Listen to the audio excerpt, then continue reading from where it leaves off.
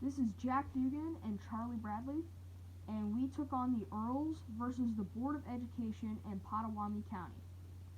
Some background on this case. This court case is about students at Tecumseh High School, southeast of Oklahoma City, taking a case to court that the random drug test was a violation of the Fourth Amendment. They felt that this was a violation because the urine test was absolutely random and kids were required to take the drug test prior to joining any extracurricular activity. The school claimed that this wasn't a violation because there had been drug trouble at the high school in the past, and by having this test, it ensured that there were no illegal substances at the school. This particular case involves Lindsay Earls and Daniel James versus the Board of Education in Pottawatomie County. So this is some timelines of the event. 1998, drug policy is implemented at the school district in Oklahoma. 2002, two students, Lindsay Earls and Daniel James, argued this test was unconstitutional. 2002, first court case is ruled in favor of school district. It is repealed and taken to a higher court. 2002, second case, which is in District 10, ruled in favor of the Earls.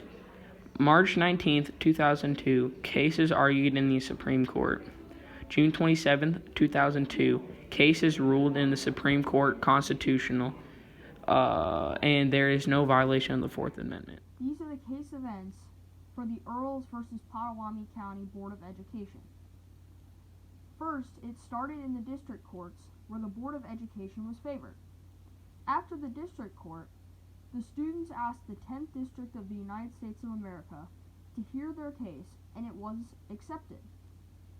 This district incorporates Utah, Wyoming, Colorado, New Mexico, Kansas, and Oklahoma. Here the students were favored, and they had the right to not be urine tested, and it was a violation of the Fourth Amendment. After that, the board asked the Supreme Court to hear their case. It was heard by the Supreme Court, where all decisions are final, and whatever is ruled in the Supreme Court is what stands for that case and all similar cases across the United States. This ruling was very important because it decided all drug tests in public, middle, and high schools. Here it was favored that the search was constitutional and there was no violation of the Fourth Amendment. This means that the search was legal and it was constitutional to form that search. This is the Supreme Court trial.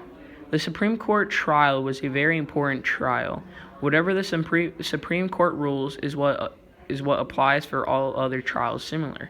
This was a very close trial. It was decided 5-4 that there was no violation to the Fourth Amendment. In the majority stance, the drug test wasn't a violation. It basically says, as it had in Verania, the court reasoned that students who participate in extracurricular activities have limited expectations of privacy.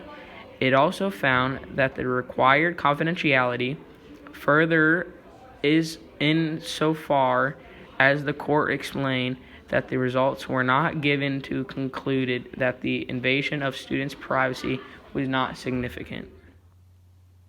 How does the Earls versus Pottawatomie case protect us today? This affects us today because prior to the Supreme Court ruling, it was much easier for students participating in extracurricular activities to smuggle illegal substances such as marijuana. Now that there is a search that can be conducted at any time, this is a motivation to not have illegal substances in schools. One website stated that prior to this drug test, about 40% of the seniors at Tecumseh High School had at least tasted an illegal substance. This means that just about half of the students at Tecumseh High School had tasted an illegal substance, and therefore there was a big problem at Tecumseh High School. This affects us at North Oldham Middle School and North Oldham High School today because we can be urine tested at any time and kicked out of an extracurricular activity for the consumption of an illegal substance.